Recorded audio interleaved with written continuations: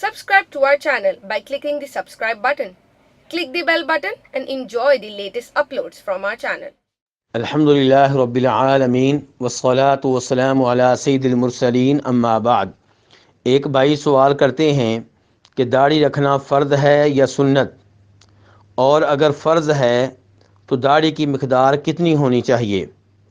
اور کیا آخرت میں داڑھی نہ رکھنے پہ سزا ہوگی؟ تو گزارش یہ ہے کہ نبی کریم صلی اللہ علیہ وسلم نے داڑھی رکھی، اس لحاظ سے داڑھی رکھنا سنت ہے،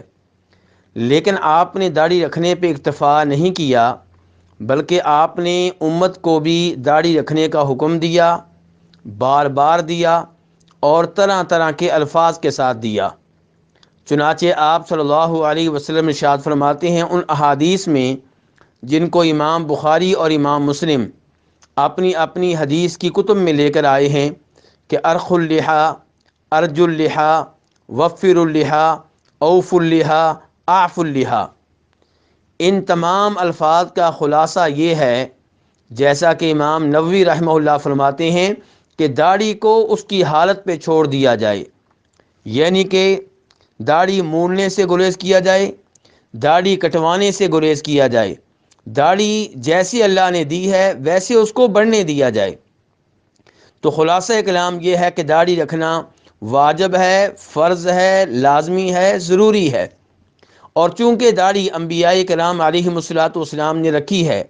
ہمارے نبی صلی اللہ علیہ وسلم نے رکھی ہے، اس لحاظ سے داڑھی رکھنا سنت ہے۔ جیسے 5 وقت کی نمازیں نبی کریم صلی اللہ علیہ وسلم پڑھتے رہے، اس لحاظ سے یہ 5 وقت کی نمازیں پڑھنا سنت ہے، لیکن اس میں اختیار نہیں ہے، بلکہ یہ نمازیں ادا کرنی ضروری ہیں، فرض ہیں، لازمی ہیں۔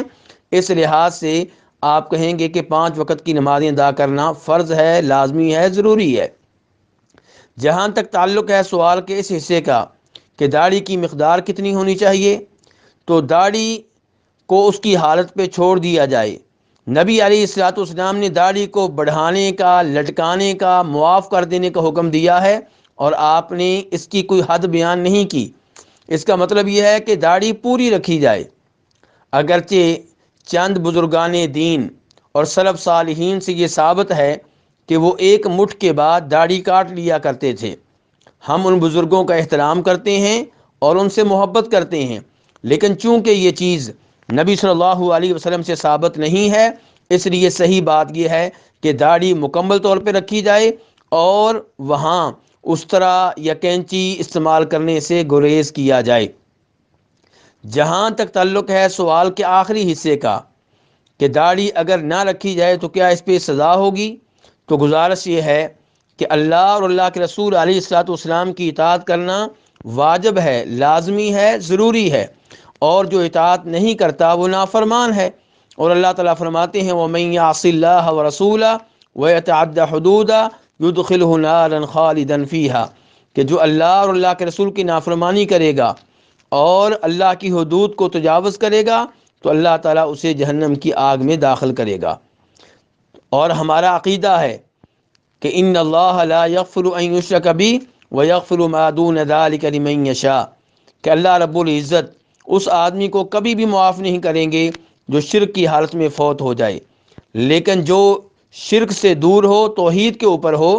اور کبیرہ گناہ کرتا ہو تو اللہ چاہیں گے تو معاف کر دیں گے، اور چاہیں گے تو عذاب دیں گے، سزا دیں گے۔ تو داڑھی موڑنے والے کا معاملہ بھی اللہ تعالیٰ کے سپرد ہے، اللہ چاہے تو اپنی رحمت سے